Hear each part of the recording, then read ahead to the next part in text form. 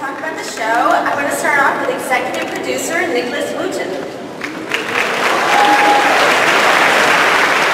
Next up is executive producer Walter O'Brien, who also inspired the show you just saw. He's a real-life genius. Executive producer Nick Santora.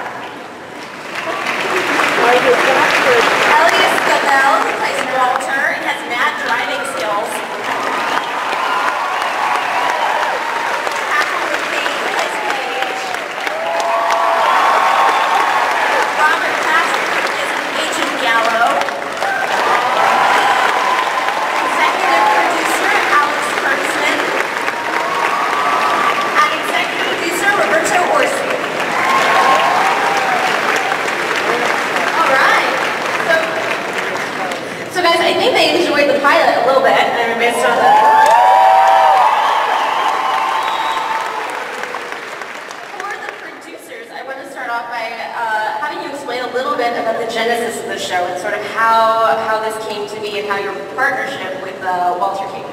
We're sitting next to the genesis of the show right here. He's 197 IQ, real-life hero, has saved the world several times over, most of which he's not allowed to tell us about. And, you know, how could you not make a TV show about this guy? Walter, that's kind of an intimidating thing for people to come up to you and be like, we want to make your life into a show. Was there any anxiety you had about that, or any concerns, or anything like that? Well, I'm left brain dominant, so thankfully anxiety and nervousness and so on are very minimal for me. And pretty much any feelings are. But yes, you know, if I had feelings, I wouldn't have anxiety. The truth is, Walter has the ultimate trump card. If we ever write anything that annoys him, he will delete our identities. Yeah. But you were telling me a little bit about why you decided to actually do the show, because that's, I mean, it holds a little bit of a bigger meaning to you, right? Sure. Well, the kind of the story behind the genesis of it is, for 25 years now, I've run a company that I refer to as a home for the mentally enabled. It's for people with high IQ and low EQ, and we try to make them functional in society and make them useful. And finding geniuses is hard. 150 IQ, which is our minimum, is 1 in 10,000 people. So what we did was we figured, what if they could find us? What if we had more awareness and people saw themselves in the show and Googled and found the real company and reached out to us? Then the good we've done so far, which is, you know, we've got 4 terrorists, stopped 2 wars, saved a lot of lives. We can do more good if more genius join us. On the other side, more people will call us with more problems to solve. And, you know, other shows, CSI, for example, has influenced a lot of kids to change their major and what they study. So 5 or 8 years from now, people started studying computer science or artificial intelligence because we made it look cool. That might just help this country a little bit. So any geniuses out there, you can bring your business card after, right? After the end. Elias, I want to talk to you a little bit about why you decided, or like why this part kind of stood out to you, why you thought it was a cool one to take on. I think just through hearing Walter speak now, you can understand how sort of exciting it is to see somebody else's progression. You know that you're playing a real life character. All these interesting things that Walter's talking about right now really do inform where I know he's gone to. So there's so much mileage in what the show can achieve, and also the character, because you're joining him, I suppose, at the beginning of a reintroduction to different characters. The steps to becoming where Walter is right now is it's a very interesting challenge as an actor. How closely do you work with him on like the actual character? I was on his knee for about 3 days. No, I thought it was very important to serve the story, to serve Walter, to spend as much time, I suppose, getting into. Well, we spent quite a lot of time talking about your past in Ireland. What you get up to at the moment, where your brain's at, and how you would react to sort of learned behaviour, I suppose, is what my understanding of it is. how you administer or how you behave with other people, and the challenges to do with that. But I spent a lot of time talking to Walter, as much time as I could, really. And Kat, for you, you were kind of coming off of Smash a little bit. Yes, thank you. Amazing show. Why did this feel like a good part for you, for a good follow-up for you? Well, that car chase, when I got to that part of the script, not the car chase, the big car airplane moment. Well, I mean, first of all, I think that playing a character that was so different from something I did on Smash was a young mother, you know, raising a child on her own is something so different. And then all the action elements that we have in this show. And, you know, I think the thing that we talk about so much that we love about the show is that it has so much heart. And yet it's funny, and there's these moments of high action. And so for me, when I was reading the script, I just thought, wow, this is something so different, and something new for me to try. And, you know, it's a real different character. Kind of a more grown-up character, I think, for me. Yeah. You also have to show off your mad driving skills. I mean, that's kind of fun. I'm sorry, what did you say? You got to show off your mad driving skills. Oh, gosh. Do you know we weren't moving at all? That was the hardest thing I think I've ever had to do. Right? I was, you know, Justin just kept coming up to Justin Lin, our director. He's not here, right? No.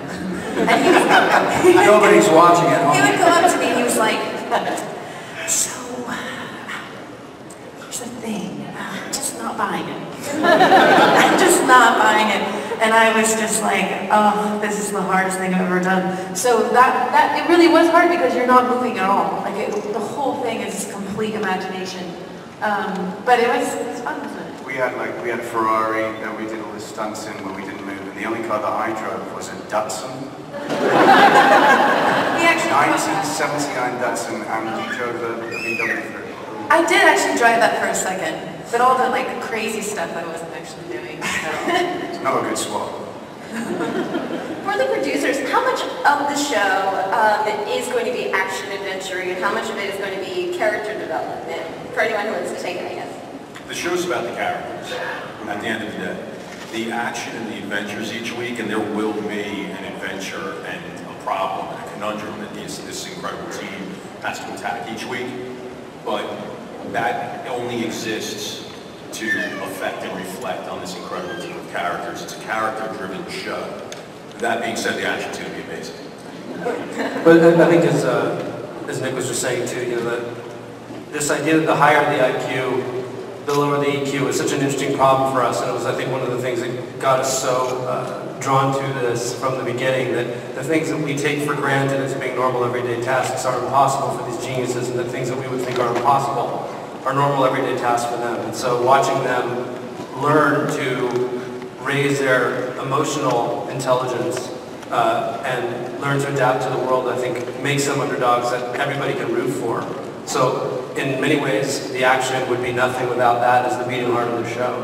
That being said, the action will continue to be what it was in the pilot, if you all like that, you know, and that's our plan. Do we get into the characters, like especially the Team Scorpion's backstories? Because we saw some flashbacks.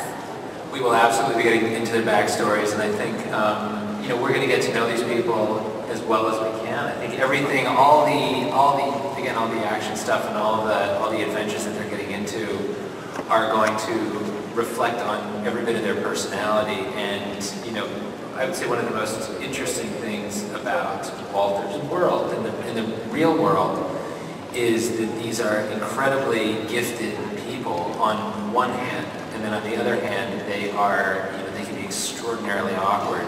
So moving forward in sort of the adventures and what we're doing and the character development and all that stuff is putting these people in situations where they're absolutely perfect, and then also putting them in situations where they're horrendously bad. So that's sort of the fun of, you know, the fun of the adventure stuff moving forward. Mm-hmm. Robert, Patrick. Hello.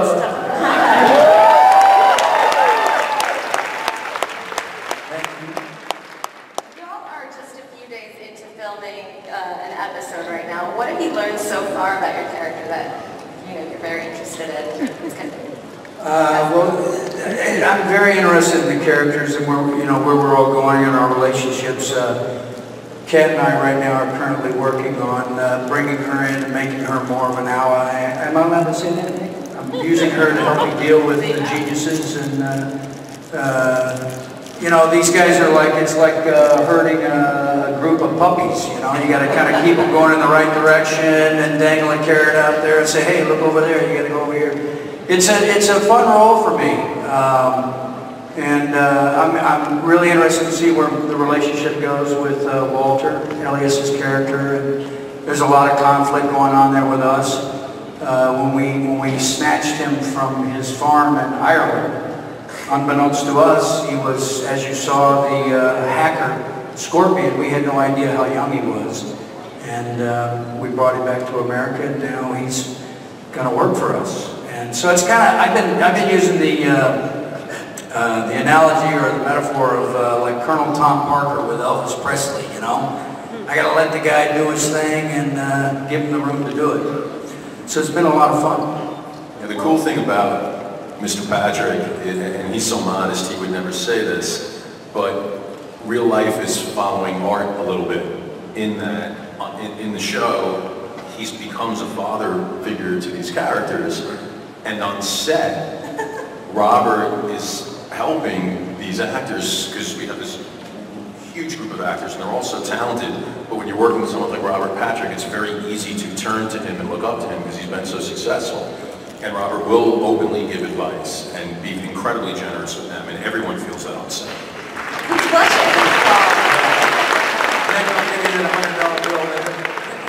I'll take it. We're going to take audience questions in just a bit, so if you want to line up and get those queued up in your brain. I want to go to Roberto real quick, because I did get a lot of questions on Twitter about where Paige and Walter's relationship is going to be going. What can you say about that? For me? As Robert was saying, the idea of having a connection to humanity, in a sense, is the bridge between humanity and the problems that they solve are what Robert's character and what Paige fulfill with Scorpion. And so that's going to be a complicated relationship. On the one hand, I think you rely on someone like that, and also you can resent the idea that you have to rely on someone like that. And so it's not simply friendships here. The idea that these characters know that they're doing good together. But meeting people is difficult. And I think that's part of, what we learned from sort of figuring out this show is that when you're so smart, you maybe think you don't need anybody, and we all need each other. And so the idea of all these characters needing each other is both what they want and what we all hate. I hate meeting you. All of you. I hate that. I hate you all. I need you. Don't leave me. I also got asked on Twitter a lot. I mean, Walter, the character, doesn't seem too much like a singing guy, but we got some singers up here, like with an A. Like, is there ever going to be any musical element to the show in some way? Like I gotta sing. Outing? Who knows? I'm sure it's possible. Okay, so do we have any questions out there? Yeah.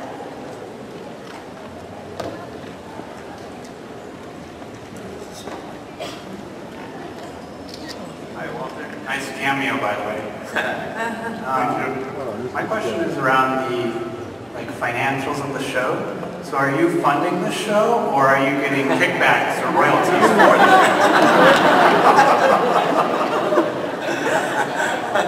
I'd like to know that too, Walter. I don't know, what would be the smart move? No, CBS have been extremely good, extremely generous on supporting the show and really grasping the idea. It's a celebration of intelligence. And we don't do enough of that anywhere, let alone on TV. I think it's about time.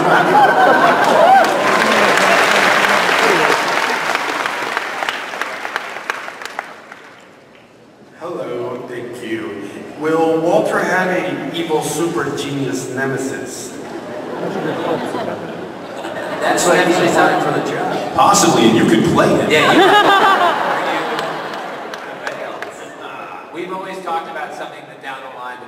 somebody who was, what's known in his world as a black hat actor, who could be, somebody who's definitely in that role. So it's something we talked about. Good idea. That's a good question. The answer in real life is not anymore.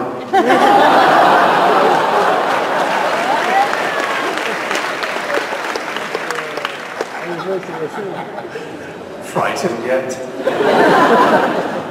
The doors are locked. Trapped. Hi, my name is Teresa and I'm a teacher in Ohio, and I was wondering if you have any advice for teachers on how to recognize the genius in students versus sometimes seeing them, as Catherine did her son at first, seeing him as disabled, and will that come out in the show? That's a good question. I think the show will help address, and many people don't understand what IQ means, and they overuse the term genius. I think the show will help understand that world a little better. I know for myself, teachers used to complain that I was slow because for every one question another kid would ask, I had 10 questions. I think that the show will raise awareness and a better understanding of why these folks are the way they are, why their internal sounding board is broken, and why soft skills and social skills are so hard for them. Advice for teachers? Unfortunately, all kids are not the same. They can't be taught the same way, they can't be treated the same way. And I think just recognizing that and telling them, if you have a high IQ kid, it means he's maybe 1 in 10,000. So if the whole school disagrees with him, there's a more than 50% chance he's right and they're wrong. He'll also only find 2 people in his life who can truly empathize with him. So it's a lonely place to be.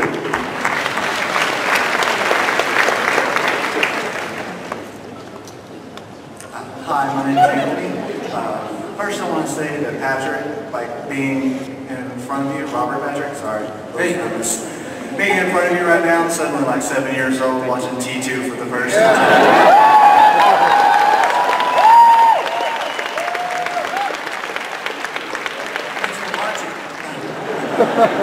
Are you scared?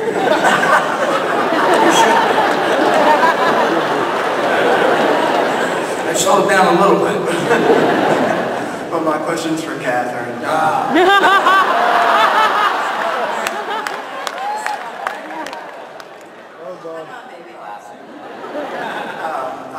I follow your music, I love your music, so I was wondering what's it like going from that to it's something action-packed like this. Right. What, doing music and then... Well, these boys can vouch for me, but She sings in between takes. I never I really don't do it to be annoying, it's just I can't. It's beautiful, we enjoy it. I don't think the crew enjoys it. I actually got shushed yesterday. The sound guy loves it. The sound guy loves it. No, they said That's very kind of you. I'll still, I'm still working on music stuff. So. Is that all? Cool hair, dude. Nice hair, yeah. I like that. I think this is going to be our last question. Hi, I was wondering that when you have a show like this, how do you walk the line between celebrating the geniuses and making fun of them? If we make fun of them, Walter will kill us. We talked about that a lot in the early stages. The first time I sat down with Walter, the first day we ever met, within a few minutes, I felt that the show's hook was being 1 in 1.497 billion is lonely. And that's who Walter is. There's 3 people in the world that have ever scored higher on an IQ test than Walter. I'm sitting next to number 4. We don't want to make fun of those people. It's difficult, it's challenging. Walter has described it sometimes in ways that makes it feel like a disability. So at no point will our intention ever be to mock or make fun of. There might be humor in the inability to fit in or to adjust, but I don't know how many geniuses there are in this room other than Walter, but all of us have probably felt that way and we laugh at ourselves sometimes. We never want to take it further than that.